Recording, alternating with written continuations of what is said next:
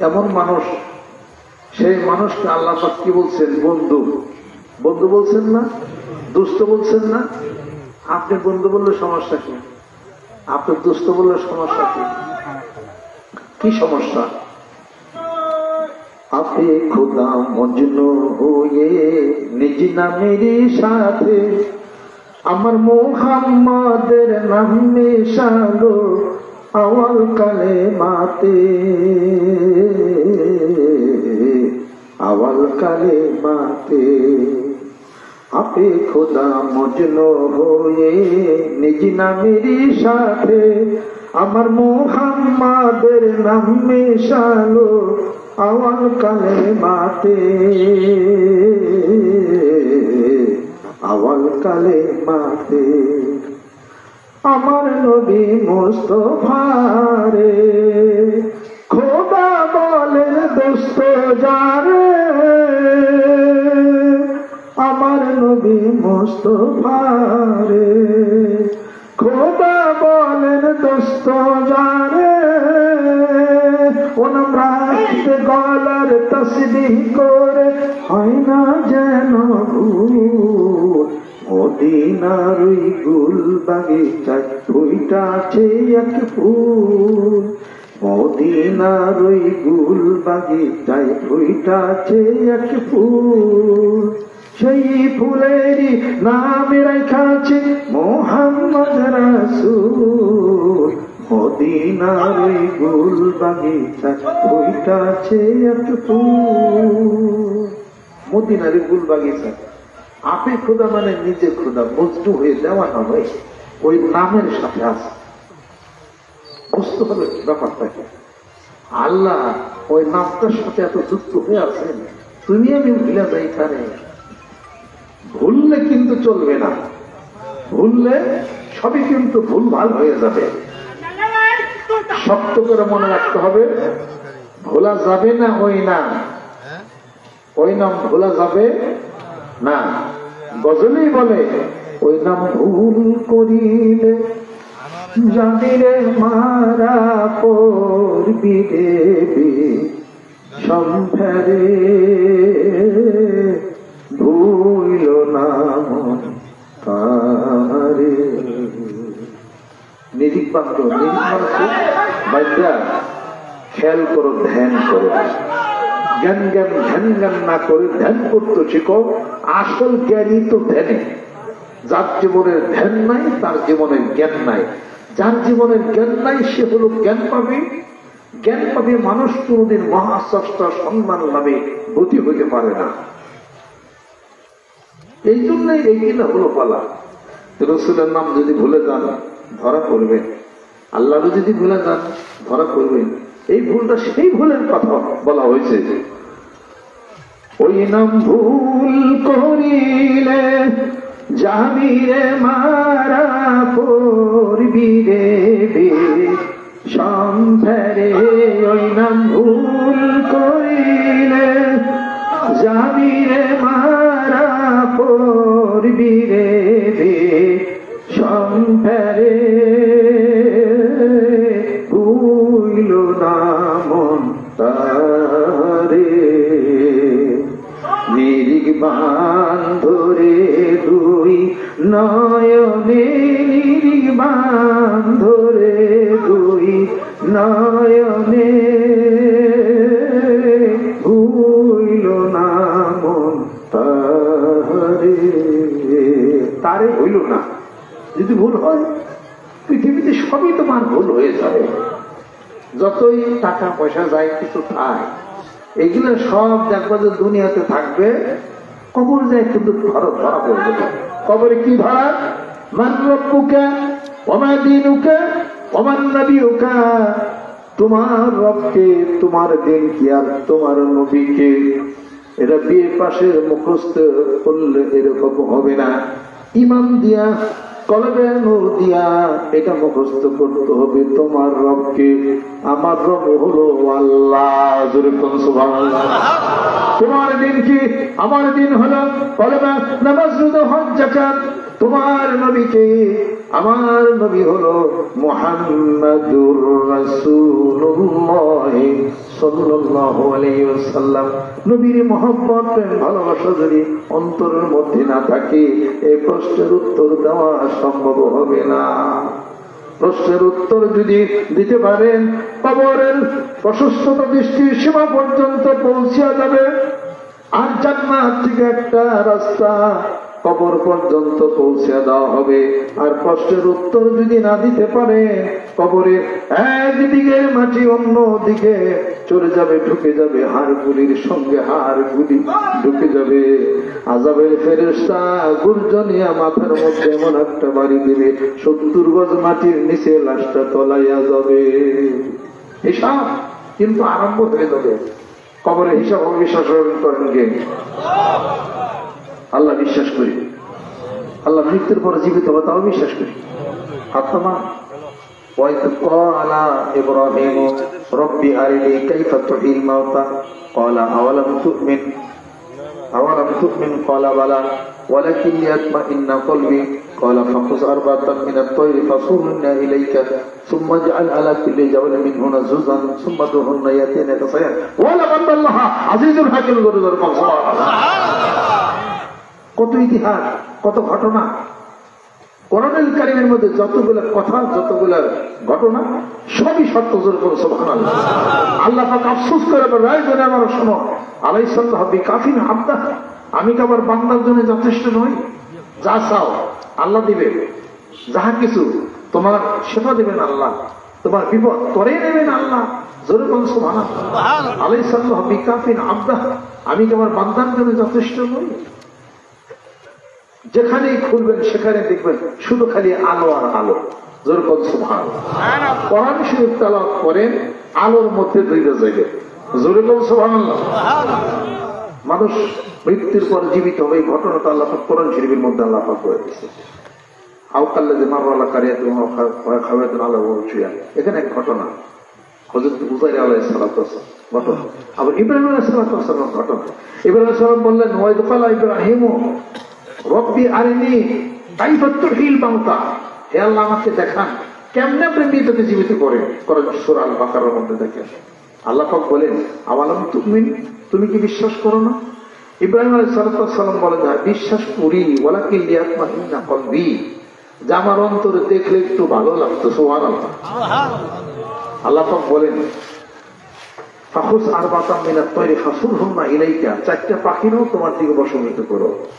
সুম্মা জাল আলা কুল্লি জাবালিন মিনহুনা জুজআন, এটাকে খন্ড খন্ড করে পাহাড়ের মধ্যে রেখে আসো। সুম্মা দাহুন্না ইয়াতিকা সাইয়ান ওয়ালাম আন্নাল্লাহ আজিজুন হাকিম, এইবার এই পাখির টুকরা টুকরা ছিন্ন বিচ্ছিন্ন তার শরীর, দেহ, হাত পা, মস্তক পাহাড়ে রেখে আসো। এইবার পাখিগুলিকে ডাকো তোমার দিকে, দেখো দ্রুত গতিতে তোমার দিকে চলে আসতেছে।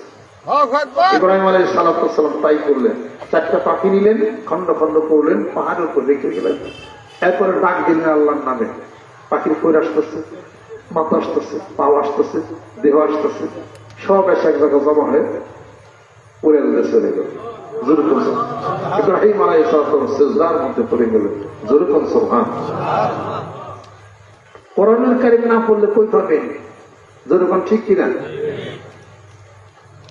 যত যত মুশকিল তত আসান, কোরআন না বলে পাইবেন কেমনে কিরা? নাহনু নাকুসু আলাইকা হাসানাল কাসাস, আল্লাহ পাক বলেন হে রাসূল তোমার কাছে উত্তম কাহিনী বর্ণনা করব, সেটা ইউসুফ জুলাইখার কাহিনী। যেরকম সুবহানাল্লাহ। ইউসুফ আলাইহিস সালাম 11 ভাই ছিল না? 11 ভাই ছিল। ইউসুফ আলাইহিস সালামকে তার পিতা সবচেয়ে বেশি ভালোবাসতেন। ভাই সবটি মেয়েরা ভর্তি করলো, তাকে আমরা নিয়ে যাবো, নিয়ে যা কুফের মধ্যে ফালাই, কুফের মধ্যে দিছে ফালাইয়া। আসার পরে মিথ্যা মিথ্যি কিছু রক্ত জ্বরে বলতেছে আমরা কাজে গেছিলাম তো বেড়াইতে, ওই ইউসুফরে থুয়ে গেছে, বাঘে খেয়ে লাইছে। এখন দেখেন কেমনে করে পুয়াই ফালাইলো আল্লাহ পাক, ওইখান থেকে উত্তোলন করে মিশরের বাদশাকে আল্লাহ পাক তাকে দিলেন। মিশরের বাদশায় আল্লাহ পাক দিলেন। তাই আমি করি আমার কিছু নাই, আল্লাহ বাদশা আমার একটা সময় লাগে না, আল্লাহ বিশ্বাস করতে। এর পরে কতদিন কত বছর চলে গেল। ইয়াকুব আলাইহিস সালাতু ওয়াস সালাম ইউসুফ আলাইহিস সালাম যারা কাঁদতেছেন, পুত্র সঙ্গে কাঁদতে কাঁদতে চোখই বন্ধ হয়ে গেছে। আল্লাহকে পারতেন না ইয়াকুব আলাইহিস সালামকে ওই মিশর পর্যন্ত চোখের জ্যোতিটা নিয়ে তার পুত্রকে দেখানোর জন্য আল্লাহ পারতেন না? আল্লাহ মানুষের কিছু জ্ঞানকে লক করে দেন।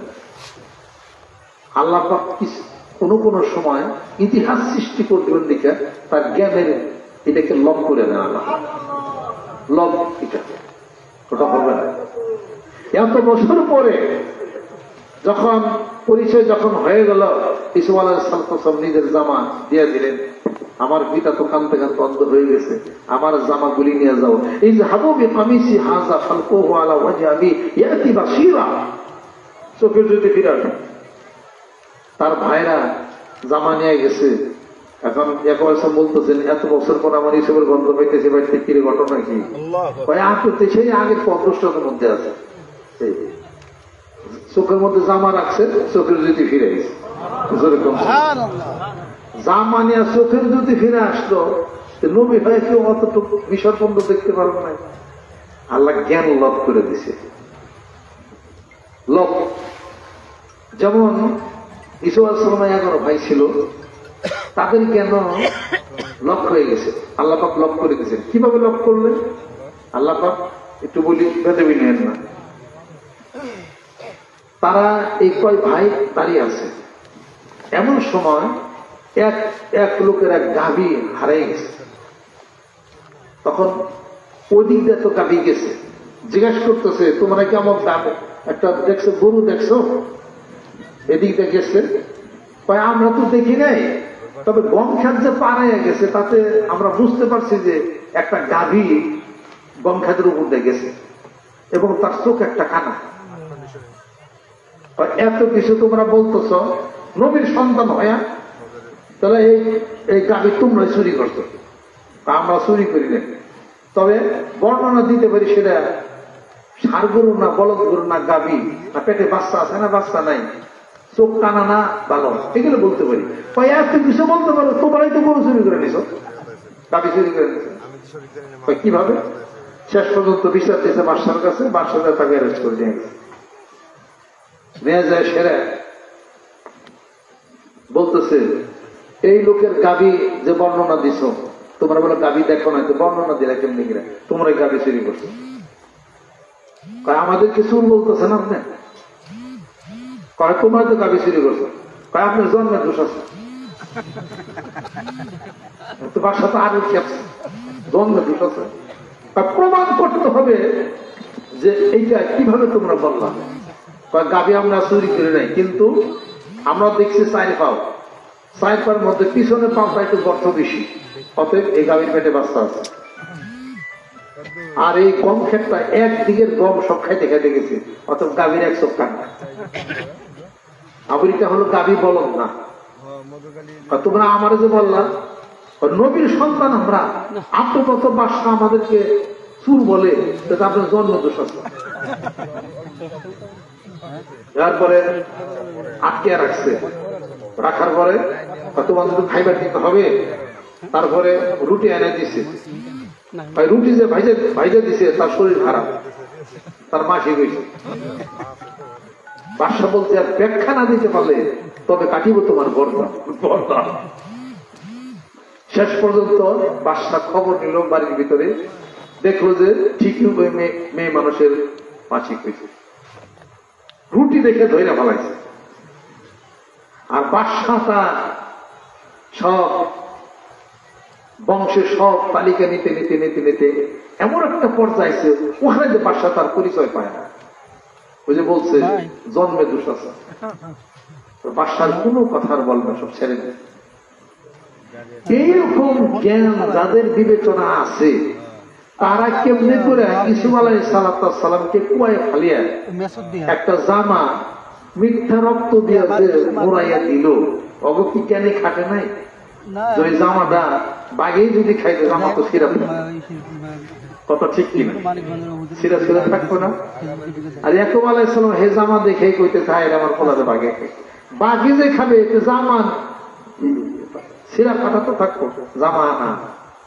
এটা ব্রেনে ধরে নাই, 1 বছর ব্রেনে ধরে নেই, আল্লাহ ব্রেন লক করে দিচ্ছে। আল্লাহ কোন কোন সময় লক করে দেয়, ব্রেন লক। মালিক যে মালিক সবই করতে পারে।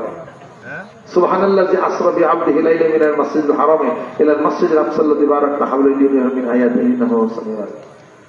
আল্লাহ পাক বলতেছেন, তোমাকে আমি এই যে মেরাজ করাইলাম, এই যে রাত্রির কোন এক সময় ভ্রমণ করলাম, ওখান থেকে তুমি মেরাজে তোমাকে নিয়ে গেলাম, 1 2 3 4 5 সপ্তম আকাশ পাড়ি হয়ে মহাশূন্যতা পাড়ি দিয়া 70,000 নূরের পদভাবকে পাড়ি দিয়া আরশে আজিমে তুমি আমার সাথে দেখা সাক্ষাৎ করলাম। যে বিশাল একটা ব্যাপার যে ঘটলো, এটা এই বিশাল ব্যাপার এটা ঘটলো। চইলে গেল 27 বছর, সারা পৃথিবীর সমস্ত টাইম ভেরিয়েশন, সব সময়, সব ঘুরি লক্ষ্য। আল্লাহ রাসূল যখন আসছেন দুনিয়াতে চালু হয়েছে।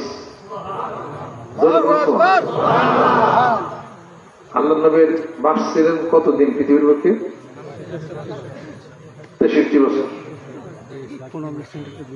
জিন্দিগিতে। 27 বছরগুলো এটা যোগ করবেন না, তাহলে কত হয়? এটা 90 বছর। আমরা কবিরে ধরছিল, আমি হলো ভিক্ষা খাবে আসতো, তো আমার ভিক্ষা নিয়ে গেলে তাহলে দাঁড়িয়ে দেওয়া টুপি লাইন নামাজ পড়ে আসি, বরজকিনা সেজদা দিন আমার কয় নামাজের রূপ কি কর?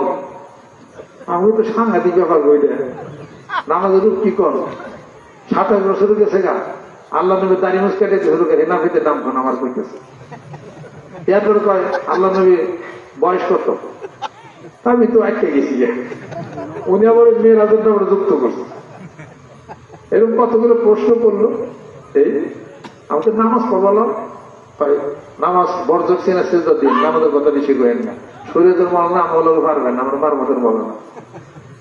পরে বিকে টিকে দিয়ে দিলে কি যে অবস্থা, ও কিছু আমরা তো চুলা তো বড় রাখছে, দেখেন এটা বুঝবেন না আপনারা চুল কেন বড় রাখছে। এরকম অনেক মাহিত্য আছে, আরেকদিন শুইলেন। তাই কি সেই ফকিরের দিলাইনে মানুষের তো আমার আবার ভালো খাতির আছে, অনেক খাতির সমাজের তাদের চুপের, আমি কোনো খারাপ কোনো সময় তাদেরকে আমি বলি না। আল্লাহ পাক যেন কবুল করে নেন, রহমত করে নেন। এত বড় আল্লাহ সমস্ত ছোট ছোট কাজ করে, সুবহানাল্লাহ। ফেরুল হাকিমে লা ইয়াখলু আনিল হিকমাতে। আল্লাহ পাক বলেন আমার কোন হাকিম মানে আল্লাহ পাক, তার কোন কাজ হিকমত ছাড়া না। সুবহানাল্লাহ। আপনি আল্লাহর সাথে লাঠি না যদি দৌড়ান, আল্লাহকে লাঠি নেবে আপনার সামনে? ওয়ালিল্লাহি জুনুদুস সামাওয়াতি ওয়াল আরদ।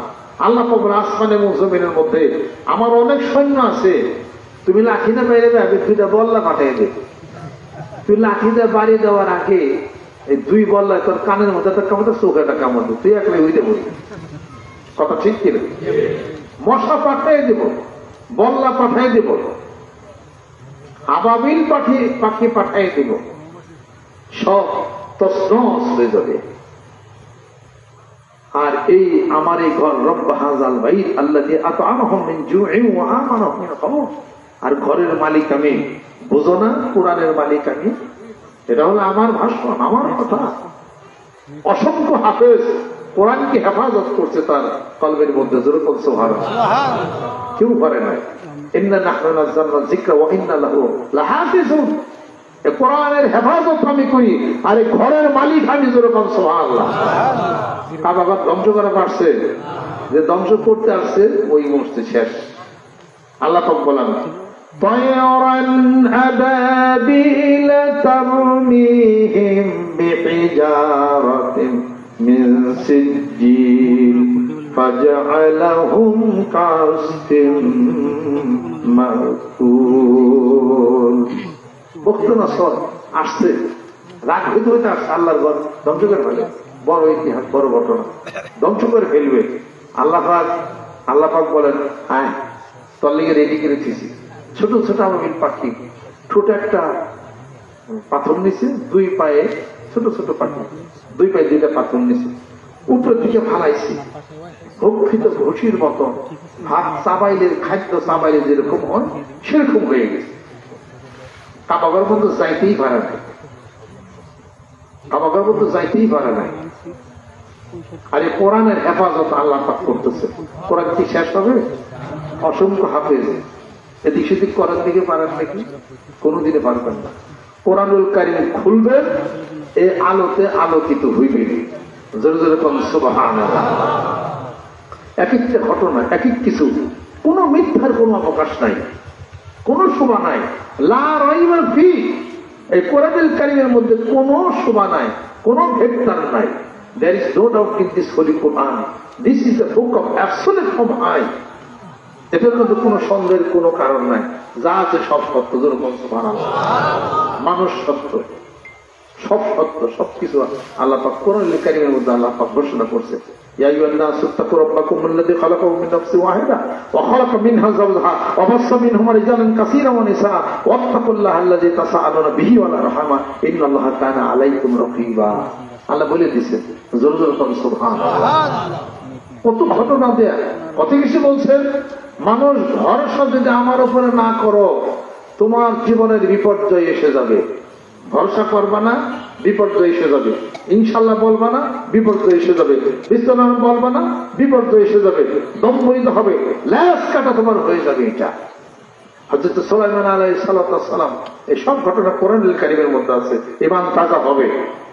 সুলাইমান আলাইহিস সালাম বলছিলেন, আমার 100 জন স্ত্রী আছে, 100 জন স্ত্রীর সাথে আজকে রাত্রিতে আমি অন্তরঙ্গ বাস আমি করব।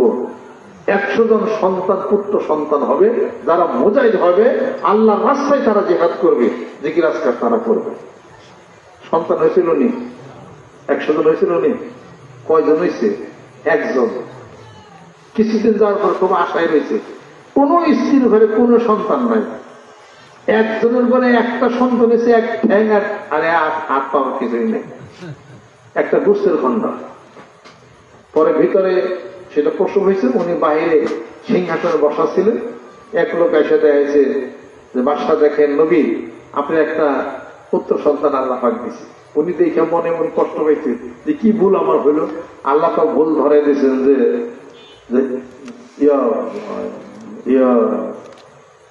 কি নাম? সুলাইমান। সুলাইমান, তুমি তো ইনশাল্লাহ বলো নাই, তুমি তো ইনশাল্লাহ বলো নাই। যদি বলতো ইনশাল্লাহ, আমি আল্লাহ বরকত দিয়ে দিতাম। সুবহানাল্লাহ। 100 জন স্ত্রীর পেটে 100 জন সন্তান, যেহেতু ইনশাল্লাহ বলো নাই, নবীরও আল্লাহ পাক ছাড়ার নাই কেন? এবং আল্লাহর উপর ভরসা করো না। এই জন্য আল্লাহ পাক ইন্না বালাউনা কামা বালাউনা আসহাবাল জান্নাহ, আল্লাহ পাক বলেন, ওই বাগানবাসীর জন্য আমি তার সমস্ত বাগানকে নিষ্পেষিত আমি করে দিয়েছিলাম। কেননা তার পিতা ওই বাগান, তখন খেজুর বাগান সাজাইছিল, সে মৃত্যুর আগ পর্যন্ত ওই বাগান থেকে সবাই খেজুর দিত। তখন মৃত্যু হয়ে গেছে, সন্তানরা কয় কি, যে আমার বাপে ছিল হলো পাগল, বুঝে নাই, এর লেগে হেলে মানুষের খেজুর দিত, দান করত। যে দান করে হে পাগল নাকি? এই যে আপনারা দান করলেন পাগল। 1 বস্তা দিচ্ছেন, 10 বস্তা পাইবেন। 10 বস্তার মধ্যে নাম লেখা আছে প্রত্যেকটা খাদ্যের মধ্যে। ওই খাদ্য খাবেন কতদিন বইরে, কতদিন পর্যন্ত হায়াত বেড়ে গেছে। এরপরে কি করছে, বাগানে অনেক খেজুর হয়েছে। সেই খেজুর তারা 3 ভাই গেছে অন্ধকার থাকতে, যে তাড়াতাড়ি খেজুর বেচা ভালো, তাতে মানুষ সেটা আমার দিতে হবে। এটা তারা চলে গেছে, যাওয়ার পর যা বাগান নাই। বাগান গেল কোনে? ঝড়ে বৃষ্টিতে সমস্ত খেজুর গাছ আল্লাহ পাক মাটির মধ্যে সব মিশাই দিয়েছে, সব মিশাই দিয়েছে, কিছুই নেই। তার মধ্যে এক ভাই বলতেছে, করে আমরা তো পথভ্রষ্ট হয়ে গেছি, আল্লাহর আমার বাপে যে সৎকার করতো তা আমরা বাদ দিছি, এবং আল্লাহর উপরে কোনো ভরসা আমরা করি না, আমরা ইনশাল্লাহ বলি না। আমরা এই জন্য আল্লাহ পাক আমাদের এই কাজ করছে। এরপর তারা কি করছে, আবার তারা কান্নাকাটি শুরু করে দিয়েছে আল্লাহ, আল্লাহ বুঝতে পারি না, আল্লাহ মাফ করে দাও, আল্লাহ তুমি ক্ষমা করে দাও, আমরা তো ভুল করেছি, ক্ষমা করে দাও। আল্লাহ পাক ক্ষমা করে দিলেন। আল্লাহ পাক বললেন, আসা রব্বুনা আইয়ুবদিনা খায়রা মিনহা ইন্না ইলা রাব্বিনা রাগিবুন। অতঃপর আমি তাদেরকে ওই বাগানের চেয়ে উত্তম বাগান আমি তাদেরকে দান করছিলাম। সুবহানাল্লাহ। আল্লাহর কাছে গুনাহ মাফ চাইয়া যদি চাওয়া যায় আগের সে ভালো না দেয়। সুবহানাল্লাহ।